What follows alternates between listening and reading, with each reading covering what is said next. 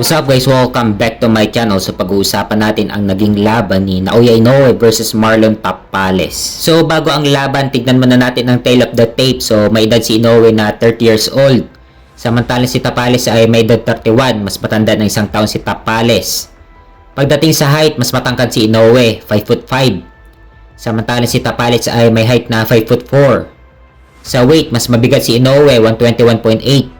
121.2 naman si Tapales. At sa reach advantage, mas mahaba ang galamay ni Inoue, 67.5. At 65 naman kay Tapales. So pagdating sa mismong laban sa unang round, makikitang parehas kalmado ang dalawa. Naka-high guard si Tapales, habang si Inoue naman, siya ang unang bumibitaw na suntok. Makikita na hindi masyadong natitinag si Tapales sa bilis at lakas na suntok ni Inoue. Si Tapales pa mismo ang umaabante sa laban, habang si Inoue naman yung umaatras. Sa mga sumunod na rounds naman, makikita na si Tapales pa rin ang umaabante sa laban. Pero mas nakakatama si Inoue sa kanya. Makikita na kahit umaatras si Inoue, hirap pa rin makatama si Tapales kay Inoue. Dahil sa bilis ni Inoue at madaling nakaka-counter ni Inoue ang mga suntok ni Tapales. Madaling nakakapagbato si Inoue ng iba't ibang kombinasyon kay Tapales. Makikita na sinasangga lang ito at hindi masyadong iniinda ni Tapales. At pagdating sa round 4, dito na bumagsak si Marlon Tapales. Tinamaan muna ng left hook ni Inoue. Saka napaatras si Tapales sa lubid. At dito na pinaulanan ng suntok ni Inoue at bagsak si Tapales. Sa mga sumunod na rounds, mas lalo pang nabuhayan si Inoue. Nagpakawala agad ng iba't ibang kombinasyon kay Tapales. Hindi masyadong nasaktan si Tapales. Si Inoue naman ang kinorner niya. Pero si Inoue pa rin ang mas nakakatama ng solid kay Tapales. Pero kahit na tinatamaan ng sunod-sunod na solid na patama ni Inoue si Tapales, makikita mo kay Tapales yung puso niya na hindi basta-basta sumusuko sa laban at kaya makipag toe-to-toe kay Inoue. Mapapansin din kay Tapales na mula nung knockdown niya nung round 4, nagbago na rin ang fighting style niya. Ginamit na niya ang shoulder roll niya, epektibo naman kay Inoue. Pero may ilang banat din si Inoue na tinatamaan si Tapales. Pero sa round 7, nakakatama din si Tapales, epektibo din ang depensa at nakaka-counter din niya si Inoue. Pero madali din nakakabawi si Inoue dahil sa speed at power niya. Dito din in-expose ni Tapales ang kahinaan ni Inoue. May ilang suntok din si Inoue na hindi tumama kay Tapales dahil sa shoulder roll defense ni Tapales. Ganon din ang naging game plan ni Tapales sa mga sumunod na rounds. Shoulder roll defense at counter kay Inoue. Pero may mga ilang suntok si Inoue na lumusot sa shoulder roll defense at tumama kay Tapales. Sa round 9, medyo tinatamaan na si Tapales ng mga suntok ni Inoue. Hindi na gumagana ang shoulder roll defense niya.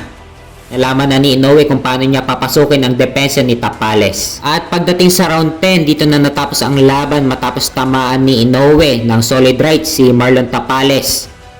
Dito na hininto ng referee ang laban, panalo si Naoya Inoue via knockout sa round 10. Si Naoya Inoue na ngayon ang bagong undisputed WBC, WBO, WBA at IBF Super Bantamweight Champion. Dalawang laban lang sa Super Bantamweight Division, undisputed agad. At may bagong kartada si Naoya Inoue na 26 wins with 23 knockout at walang talo. So undisputed champion na si Naoya Inoue sa dalawang division. Una sa Bantamweight Division, ngayon naman sa Super Bantamweight Division. So sa male boxer, sila palang dalawa ni Terence Crawford ang naging undisputed champion sa dalawang division ngayong 4-belt era. So abangan natin kung anong susunod na plano ni Naoya Inoue.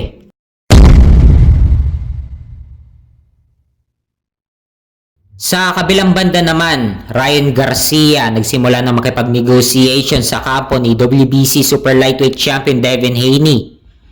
Pahayag ni Ryan Garcia na nagsisimula na sila makipag-usap sa kampo ni Devin Haney para sa kanilang mega fight sa taong 2024. So isang nakakagulat na plano ang ginawa ni Ryan Garcia.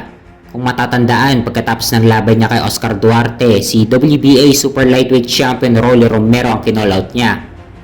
Plano sana ni Ryan Garcia noon, agawin muna kay Rolly Romero ang WBA bago makipag-unification kay Devin Haney. Pero biglang nag-iba ang plano ni Ryan Garcia. Dumaretso agad kay Devin Haney. Kung matalo dito si Ryan Garcia, mukhang mapapaaga na ang pagre-retiro niya. Natalo na siya kay Tank Davis na isang legacy fight sa career ni Ryan Garcia. Sa ngayon si Tank Davis pa lang ang pinakamatunog na pangalan na nakalaban ni Ryan Garcia. At natalo pa siya kay Tank Davis at malaki pa ang kinita niya. At ngayon sa laban niya kay Devin Haney, kung matalo pa dito si Ryan Garcia na isang legacy fight, at asahan na natin na malaki ang kikitain ni Ryan Garcia dito. Katulad sa laban niya kay Tank Davis. Kung matalo pa dito si Ryan Garcia, baka wala nang magka-interes na labanan siya. Dahil dalawang legacy fights sa resume ni Ryan Garcia ay natalo siya. Pero kung maipanalo ni Ryan Garcia ang laban kay Devin Haney, baka makakuha ulit siya ng legacy fight. Baka mangyari ulit ang rematch nila ni Tank Davis o kaya ang unification kay Rolly Romero. Marami pang malalaking laban ang nag-aantay kay Ryan Garcia kung matalo niya si Devin Haney. Kaya importanteng laban ito para kay Ryan Garcia.